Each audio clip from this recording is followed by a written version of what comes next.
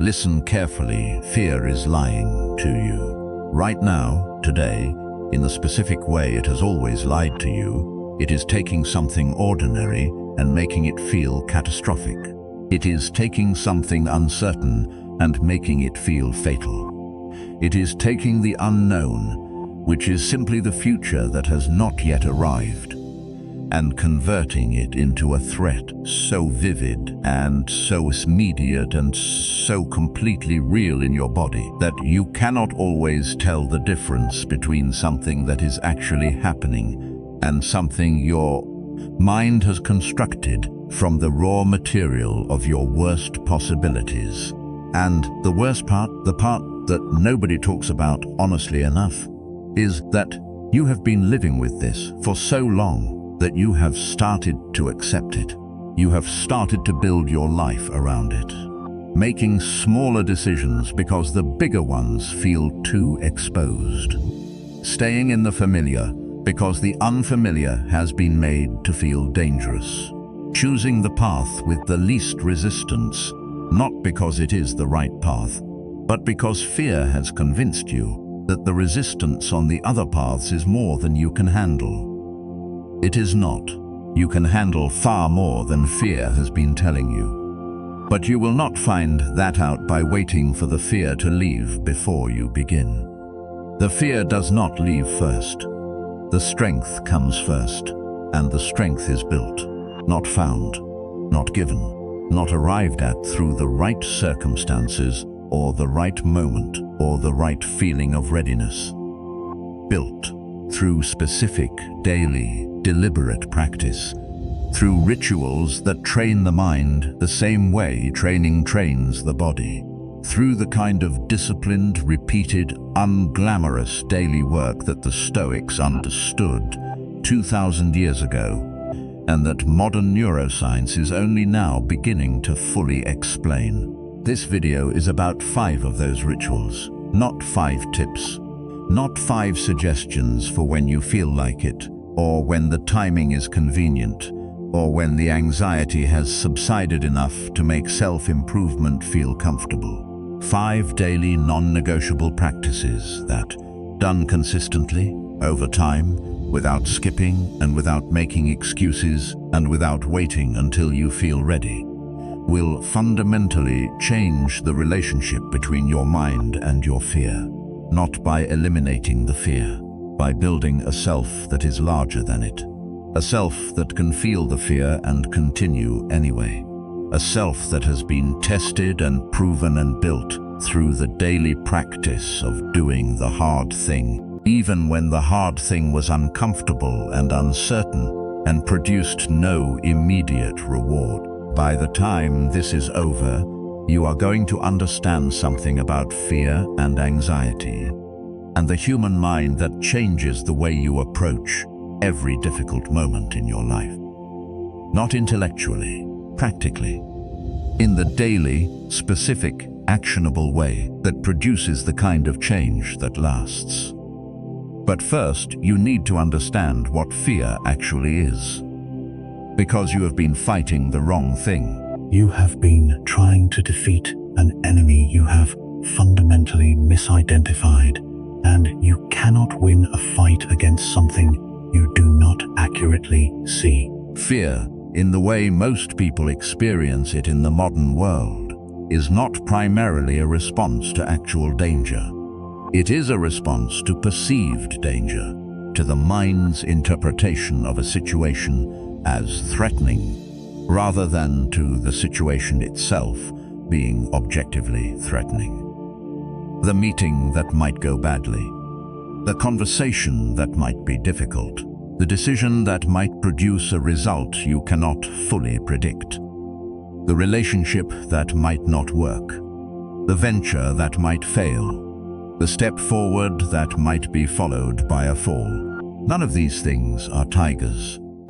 None of them carry the immediate physical threat that the fear response was designed to protect you from. But the mind, which cannot always distinguish between imagined threat and real threat, fires the same alarm system for both. And that alarm system, when it fires for things that are not actually dangerous, does not protect you, it imprisons you. Anxiety is the chronic version of this.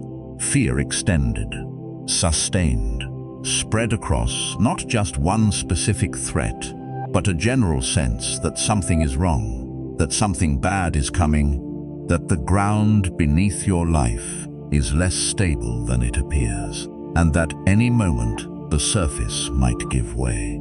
Anxiety is what happens when the alarm system gets stuck in the on position, when the body cannot return to baseline because the mind keeps finding new material to interpret as dangerous, when the loop between thought and physical response becomes self-perpetuating. Fear thought produces physical sensation, produces more fear thought, produces more physical sensation, and around it goes, feeding itself, growing larger, becoming the background radiation of your daily life, rather than an occasional response to specific challenges. This is what you are dealing with.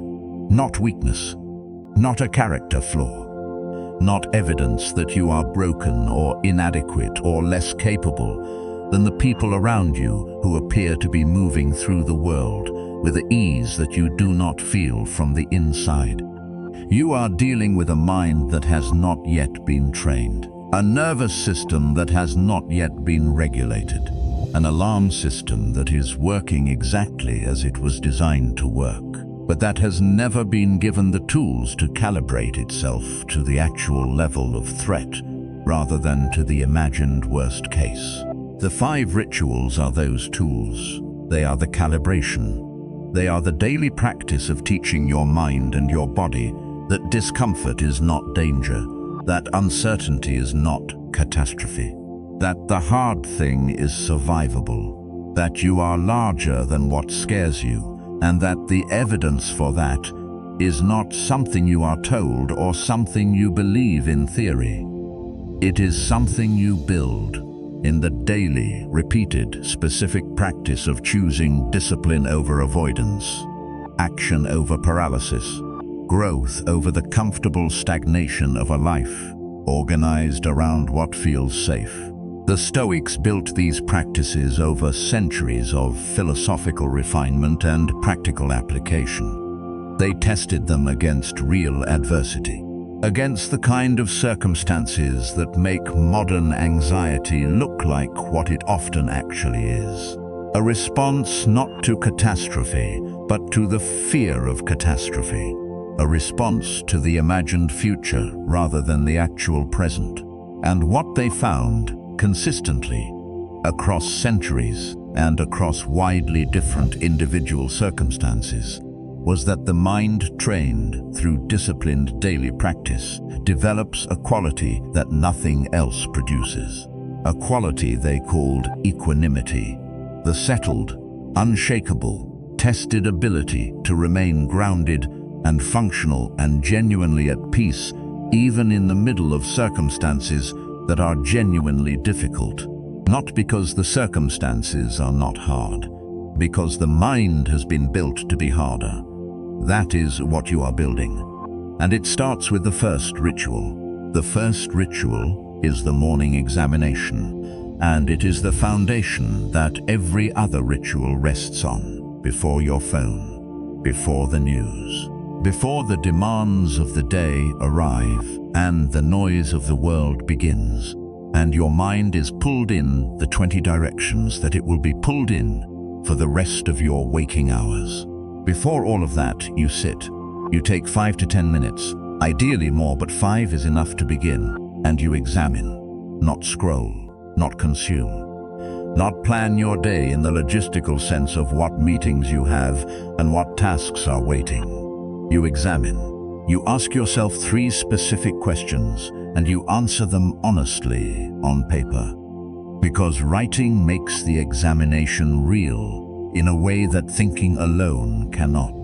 The first question is, what am I afraid of today? Not in the abstract, specifically. What specific thought or situation or possibility is carrying the most anxiety in your mind right now? Name it. Write it down. Pull it out of the murky background radiation of general anxiety where it has power precisely because it is undefined, and put it on the page where it can be looked at clearly. The second question is this fear about something within my control or outside my control? This is the Stoic question. The dichotomy of control that Epictetus identified as the foundation of all wisdom and all freedom. Most fears, when you examine them honestly, are fears about things that are not within your control. The outcome of a situation you have done your part in. What someone else will think or decide or do. Whether something you have invested in will work. These fears are real feelings, but they are pointed at the wrong target. They are spending your energy on the uncontrollable. And the morning examination practice is about catching that misallocation before it runs your whole day. The third question is, what is one thing within my control today that I can do in the direction of what scares me? Not the whole solution, not the complete resolution of the fear. One thing, one step, one action that is entirely within your power and that moves you toward the thing rather than away from it. Because movement toward what scares you is the only thing that teaches your nervous system the truth. That what scares you does not destroy you. That the approach produces discomfort and not catastrophe.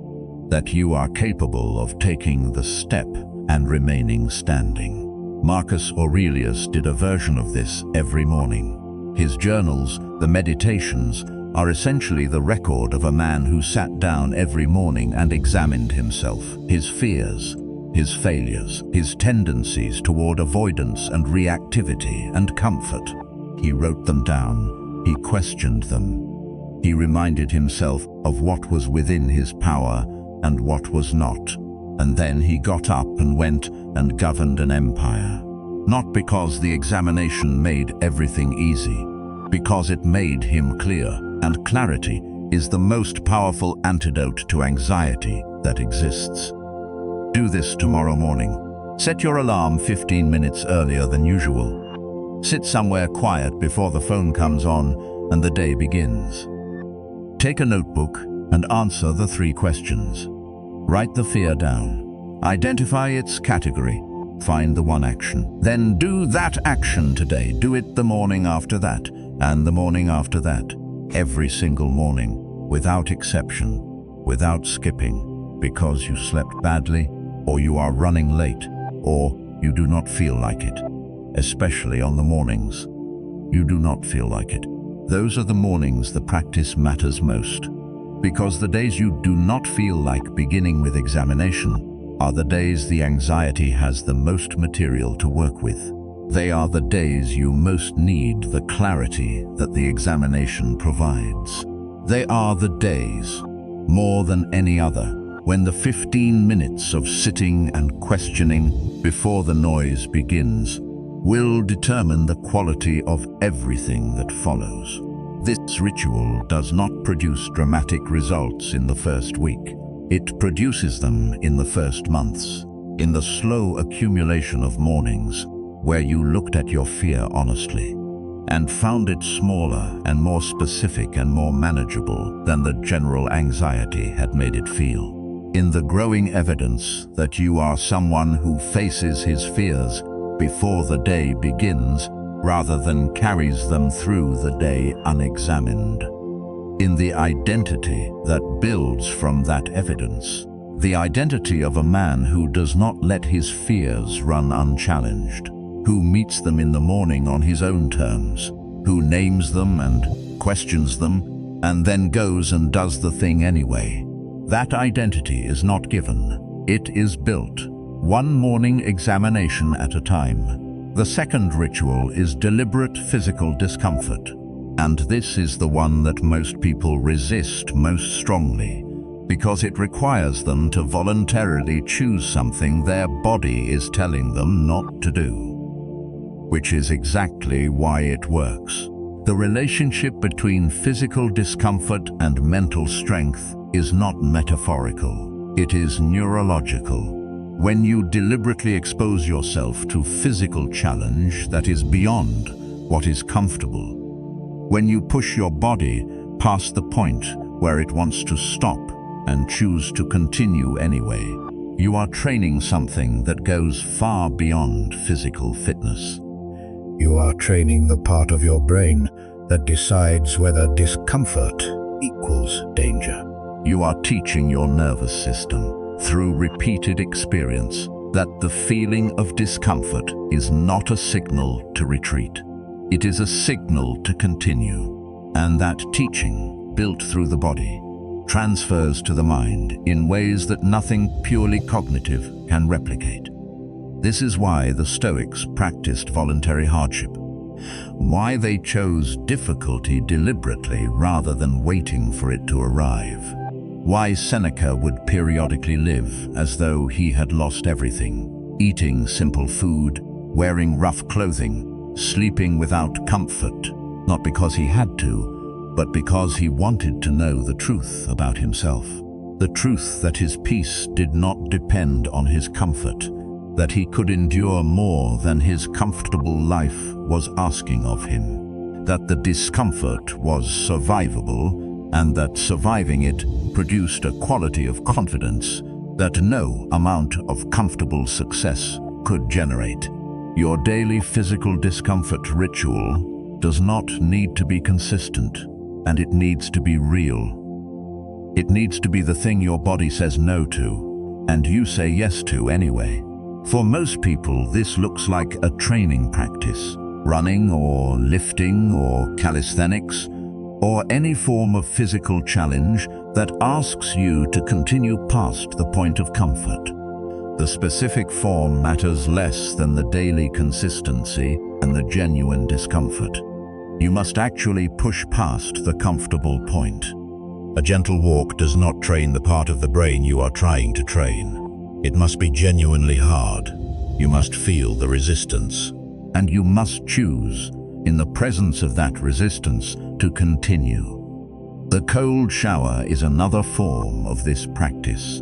Deliberately, and it must be deliberately, not reluctantly, stumbling into cold water, but consciously choosing it, standing under cold water for a minimum of 2 minutes every single morning. This sounds small. It is not small. The moment before you turn the dial to cold, your mind will generate exactly the same kind of resistance that it generates before any difficult action. The same objections, the same negotiation, the same voice suggesting that today might not be the day, that you could start tomorrow, that there is a version of this that does not require quite this much discomfort. And every morning that you override that voice, that you turn the dial and stand in the cold anyway, you are training the override. You are building the muscle of choosing discipline over avoidance in a very specific and very daily way. And that muscle, built in the cold shower, shows up in the boardroom, in the difficult conversation, in the moment where the fear says do not, and the disciplined self says anyway. Do the physical practice every day, not 5 days a week, not when you feel like it, every day. Because consistency is the entire mechanism. The brain learns through repetition, through the accumulated evidence of days where the discomfort was chosen and survived. One difficult training session produces a feeling. 100 difficult training sessions in a row produce an identity. And it is the identity, the deep, sumptuous, evidence-based conviction you are someone who does the hard thing that changes the relationship between you and your fear. Every morning you choose the discomfort, you are sending a message to the deepest part of your own mind. A message that says, I am not governed by what is comfortable. I am governed by what I have decided. And that message, received daily, internalized slowly, believed eventually, not because you were told to believe it, but because the evidence is overwhelming, is the foundation of the mental strength that fear cannot reach. The third ritual is the evening review. The morning examination looks forward. The evening review looks back. Together, they create a complete daily practice of self-governance, a bookending of the day with honest self-examination that over time produces the kind of self-knowledge that is both the antidote to anxiety and the foundation of genuine growth. The evening review is simple. Before sleep, before the phone takes you into its world one more time, and your mind is pulled into content that is not yours, and thoughts that are not yours, and the lives of people you do not know, you sit for 10 minutes and you review the day honestly, not to judge yourself, to learn from yourself, to extract from the day whatever it contains that is useful for tomorrow. You ask yourself 4 questions. Write them down the same way you wrote down the morning questions, because writing is the practice. Writing makes it real. The first evening question is, where did fear govern my decisions today? Not where was I afraid? Where did the fear actually determine what I did or did not do? Where did I choose the smaller option because the larger one felt exposed? Where did I stay quiet when I should have spoken? Where did I avoid something that needed to be approached? Where did anxiety win, and what did it cost me? The second question is, where did I choose courage today? However small, however unglamorous, where did I do the thing that was uncomfortable and do it anyway? The difficult email sent, the honest conversation had, the step taken toward the thing that scared you, even if the step was small. Find it, name it, let it be real. Because the evidence of your own courage, however small, is the evidence your mind needs to update the story it has been telling about what you are capable of. The third question is, what did today teach me about my fear? Because your fear is not random. It has patterns. It has specific triggers. It lives in specific kinds of situations and produces specific kinds of responses. The more clearly you understand your own fear, the more specifically you can address it. And the evening review, done honestly over weeks and months, produces a map of your own psychology that is more useful than any external advice because it is entirely specific to you. The fourth question is, what will I do differently tomorrow? One thing, specific, actionable, not a vague intention to be less anxious or more courageous. A specific action in a specific situation that moves you 1 inch further in the right direction than you moved today. Epictetus taught his students to review their days with the same honesty they would bring to examining anyone else. He said that we are far too lenient with ourselves in the examination of our own behavior, that we make excuses that we would never accept from others, that the man who reviews his day honestly and holds himself to the same standard he would hold anyone else begins to develop a relationship with himself that is built on truth rather than comfortable self-deception. And a relationship with yourself built on truth is the most stable foundation a human life can have, because it does not depend on external conditions. It does not depend on whether things are going well or poorly. It is simply honest, and from honesty, real improvement becomes possible in a way that self-deception never allows. Do the evening review every night. Not sometimes. Every night. Even when you are tired. Especially when you are tired. Because the tired mind is the honest mind. The defenses are lower.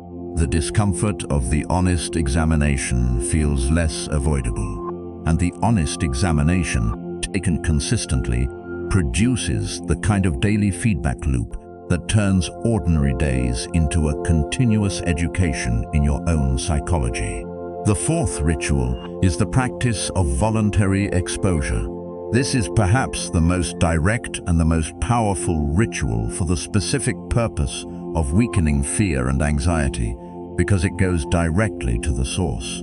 It takes the thing you are afraid of and it deliberately, incrementally, repeatedly brings you into contact with it until the contact no longer produces the same level of response. Until the alarm system learns, through the accumulated experience of approaching and surviving, that this thing is not as dangerous as it initially concluded. This is not a comfortable practice. By definition, it cannot be. If it were comfortable, it would not be working. The mechanism of exposure requires the presence of the discomfort, requires you to feel the fear and take the action anyway, requires you to sit with the physical sensations of anxiety, the racing heart and the tight chest and the shallow breathing and the urgent voice that says, "This is too much and you should stop," and to choose, in the presence of all of that, to continue. But the continuation, done repeatedly, does something extraordinary. It teaches the nervous system the truth. The truth that the alarm was disproportionate, that the thing felt more dangerous than it is. That approach does not produce catastrophe. That the discomfort of the exposure is temporary and survivable, and that after it passes, and it always passes, you are still standing, still intact. In fact, more intact than before, because you have added another piece of evidence to the growing file that says you are larger than what scares you. Make a list. Right now, the 5 things that your fear and anxiety most consistently tell you to avoid, the situations you engineer around, the conversations you postpone indefinitely, the risks you have been planning to take as soon as the timing is right, the steps you have been about to take for months. These are your exposure targets. These are the specific fears that your voluntary exposure practice is going to address. Then begin. Starting with the least intense, the thing that is uncomfortable but feels manageable. Not the most terrifying thing on the list, the one right above your current comfort level. Do it today. Not perfectly. Not with total calm, with the shaking hands and the tight chest and the voice still running its objections in the background. Do it anyway, survive it. Note the survival. Then do the next one. Not next week. This week. The accumulation of these exposures, done consistently over weeks and months, does not just reduce the specific fears on your list. It changes the underlying belief about fear itself. It changes your relationship with discomfort at a level so fundamental that new fears, as they arise, no longer have the same grip. Because you now have a body of evidence that says, "I have felt this before, and I have moved toward it, and I have survived it, and I can do it again." That evidence is the most powerful thing in the world against fear. Not because it promises you that the scary thing will not happen, but because it proves to you that if it does, you will still be standing. The Stoics called this practicing adversity, not waiting for it, practicing it. Going toward the difficult thing before life forces you toward it. So that when life forces you toward it, and life always eventually does, you are not meeting it cold. You are meeting it as someone who has been training for exactly this. Someone who knows from experience, rather than from hope, that they can handle more than comfort has been asking of them. Practice it daily. Something from the list every single day. Something that sits above the comfort line. Something that makes the alarm system fire, and that you approach anyway. Not because you have to, because you have decided to become someone who does. The 5th ritual is the practice of present moment anchoring. And this is the ritual that addresses the specific mechanism by which anxiety does most of its damage. Because anxiety is almost never about the present moment. It is almost never about what is actually happening right now in the space you are physically occupying. It is about what might happen, what could go wrong, what the future contains, what the past meant, and what that meaning predicts about the future. It lives in time. in the movement of the mind away from now and into the constructed world of what if. And the present moment, the actual sensory reality of right now, is the one place anxiety cannot follow. Not because the present moment is always comfortable, but because the present moment is real, and anxiety is a response to what is imagined rather than what is real, and the two cannot fully coexist in the same awareness. When you are completely present, completely in your body, completely in the sensory experience of what is actually happening right now, there is no room for the constructed future that anxiety requires to sustain itself. The practice of present moment anchoring is the daily, repeated discipline of returning to now, not staying there permanently, returning again and again, as many times as the mind leaves, which will be many times you bring it back, not with frustration, not with judgment about how many times it has wandered, simply with the calm, practiced act of noticing that you have left the present and returning to it. The tool you use to return is sensation, physical, immediate, undeniable sensation, the feeling of your feet on the floor, the specific texture of what you are touching, the weight of your own body in the chair or on the ground, the sound of what is actually in the room rather than the sound of the thoughts running in your head, the quality of the air on your skin, the specific visual details of the space directly in front of you. These sensations are real. They are happening now.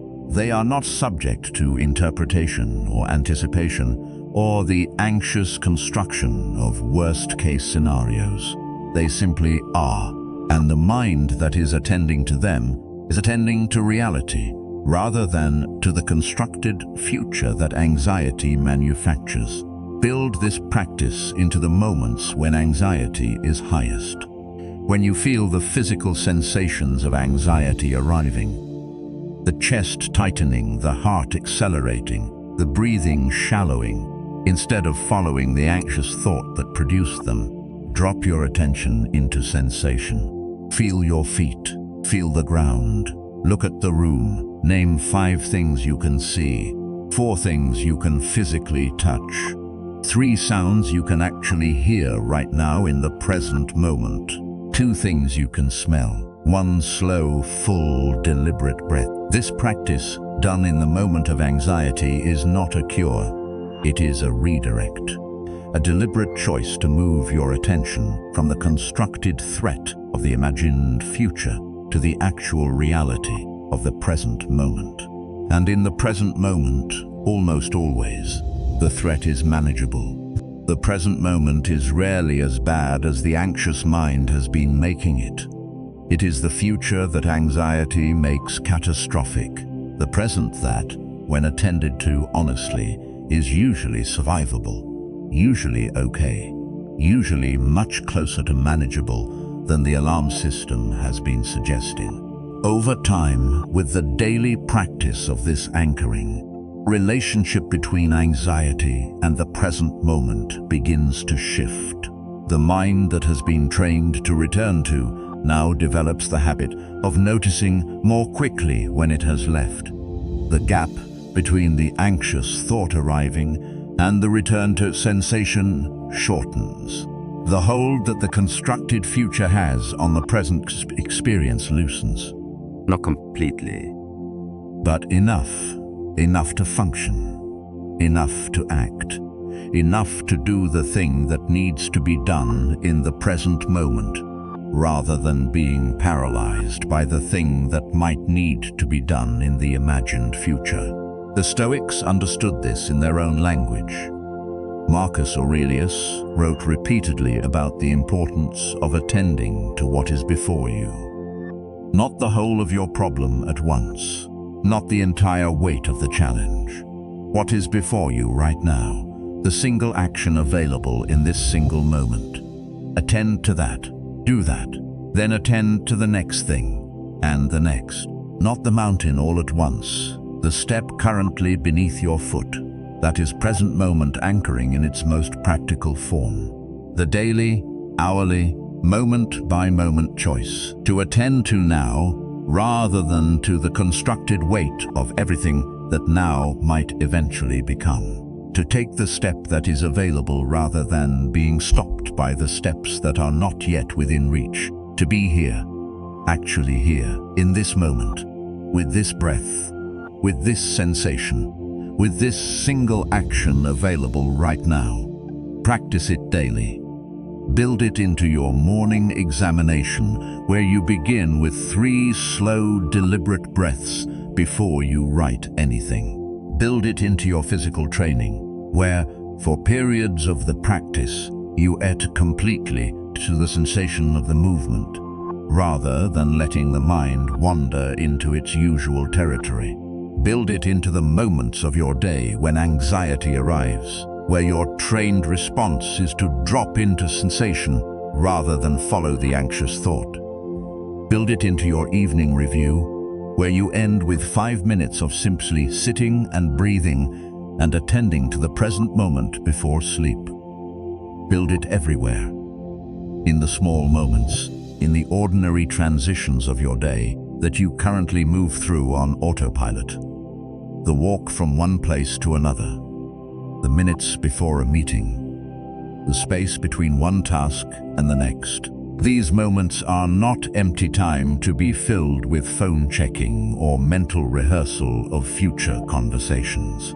They are opportunities to practice the return to now, to train the muscle of presence, to give your nervous system the experience of a mind that is here, rather than perpetually somewhere else in time. That muscle, trained in the small moments, is available in the large ones, when the real difficulty arrives, when the thing you have been afraid of is not imagined, but actual, when the present moment is genuinely hard, rather than simply uncertain. The mind that has been trained to attend to now, to feel sensation, to return from the constructed future, to take the step that is available rather than collapsing under the weight of the steps that are not.